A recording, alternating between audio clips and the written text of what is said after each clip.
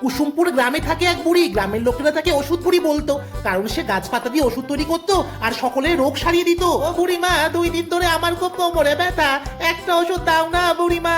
দিচ্ছি দিচ্ছি, কানের মাথা খাস নে তো। শোন, এই ওষুধটা গোবর জলে নিবি, তারপর ওই গোবর জলটা তোর বউটার মুখটার মতো ছুঁড়ে মারবি, দেখবি তোর কোমর ব্যথা কমে যাবে।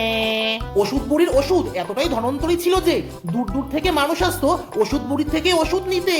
ও বুড়িমা, আমার শাশুড়ি কচু গাছ থেকে কলা পাততে গিয়ে পড়ে গিয়ে কোমর ভেঙে ফেলেছে, একটা ওষুধ দিন বুড়িমা, একটা ওষুধ দিন। এই ওষুধটা একটা হাতুড়ির মধ্যে মাখিয়ে তোর শাশুড়ির কোমরে 50টা করে প্রতিদিন বাড়ি দিবি, দেখি 50 দিনের মধ্যেই তোর শাশুড়ি সুস্থ হয়ে গেছে। এই নিন বুড়িমা, 5 টাকা ধরুন, আপনাকে দিলাম। জুতো দিয়ে বাড়ি দিয়ে তোর মুখ লাল করে দেবো। কাল নাগিনি, ডাইনি, শয়তানি, তুই জানিস না ওষুধের বিনিময়ে আমি টাকা নিই না। এই ওষুধের বিনিময়ে টাকা নিলে আমার ওষুধের কোনো কাজ থাকবে না। এইভাবেই গ্রামের সবাই ফ্রিতে ওষুধ বুড়ির থেকে ওষুধ নিয়ে সুস্থ হতে লাগলো। আর ওখানে গ্রামের হাতুড়ে ডাক্তার ছিল বিমল, ওর দোকানে তো মাছি হতে লাগলো, কারণ কোনো রুগী যে আসতো না। গিন্নি জানো, কোনো রুগী আর আমার দোকানে রোগ নিয়ে রোগ সারাতে আসে না। আমার কাছে আসবে কি? সবাই তো ওষুধ বুড়ির থেকে ফ্রিতে ওষুধ খেয়েই সুস্থ হয়ে যাচ্ছে। বলছি এত মোড়া মরে ওই বুড়িটা মরতে পারে না। ও গিন্নি, তোমার মাথায় তো কুবুদ্ধির বাসা, একটা বুদ্ধি মাথা থেকে দাও না। ওই ওষুধ বুড়িকে গিয়ে বলো আমার শ্রাদ্ধ খেতে আসতে, এই বলবে আমি মারা গেছি। তুমি তো বেঁচে আছো। মুখের মধ্যে ছামা ঘষে দেবো, যেটা বলছি সেটা তুমি করো। যাও গিয়ে বলো আমি মারা গেছি। কি বলো ডাক্তার, তোমার বউ মারা গেছে? তোমার বউয়ের শ্রাদ্ধ? এই 2 দিন আগে তো বাজারে তোমার বউয়ের সাথে দেখা হয়েছিল।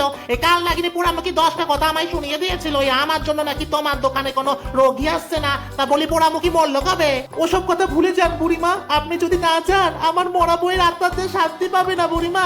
আপনি যাবেন, হ্যাঁ, গিলে আসবে। ডাক্তারের কথা মতো ওষুধ বুড়ি পরের দিন একটি ফুলের মালা নিয়ে ডাক্তারের বইয়ের শ্রাদ্ধ খেতে গেল। এই নাও ডাক্তার, এই মালা কানা তোমার মরা বইয়ের ছবির গলায় দিও। বলছি মালাটা আপনি রাখুন, আর একটু পরে তো আপনার গলাতেই পড়তে হবে মালাখানা। এই ছাগল, তোর বইয়ের জন্য আনা মালা আমি পড়বো কেন রে? আমি মরেছে নাকি? আর কি বলতো, ব্যাপার স্যাপারটা কি? আর তো কাউকে তোর বইয়ের শ্রাদ্ধতে আসতে দেখছি না। সবাই আসবে, সবাই আসবে, আপনি বসুন, আপনার জন্য একটু কোল্ড ড্রিঙ্কস নিয়ে আসছি। হ্যাঁ, আসছি আসছি। ঠিক আছে। ও গিন্নি, গিন্নি কোথায়? ও মা গো, এটা কে? আরে ছাগলটার মতো চিল্লে না তো, এই ওষুধ বইটা তো পাশে বসে আছে, শুনতে পাবে তো। চুপ করো। গিন্নি, তুমি মুখের মধ্যে সব মেখে পেটে সেজেছো কেন? তোমাকে ভাবতে হবে না, তুমি শুধু ঘরের আলোটা বন্ধ করে দাও, এরপর দেখো। এ বাবা, ডাক্তারের ঘরে তো কারেন্ট চলে গেল, ব্যাপারটা কি? আর হ্যাঁ, সারা ঘরে ডাক্তারের মরা বইয়ের একটা ছবি দেখছি না। ডাক্তার আমাকে ঢপ দিল না তো?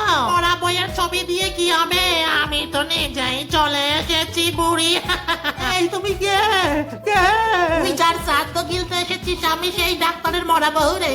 শোন বুড়ি, তুই যদি এই গ্রামে ডাক্তারি বন্ধ না করিস, তোর ঘাড় কিন্তু আমি মটকে দেবো রে বুড়ি, মটকে দেব।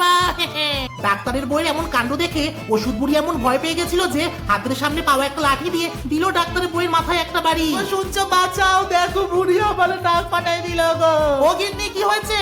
ও গিন্নি, কি হলো গো? হায় হায় হায়, নাকটা গেল গো। এত কাণ্ড দেখে ওষুধ বুড়ি কিছু না বোঝার আগেই লাঠিটা দিয়ে ডাক্তারের মাথার মধ্যেও একটা বাড়ি দিয়ে দিল। হায় রে হায়, আমার কপালটারও ফাটাই দিল এই বুড়ি। ওরে শয়তান, আমি তো এতক্ষণ পর বুঝলাম তোরা তাহলে আমার সাথে নাটক করছিলিস, আমার ডাক্তারি গিরি বন্ধ করবার জন্য আমায় ভূত সেজে ভয় দেখাচ্ছিলিস। ও বুড়িমা, আমাদের ক্ষমা করুন বুড়িমা, একটা ওষুধ আমাদের দিন, আমাদের নাকে কপালের কি অবস্থা গো বুড়িমা।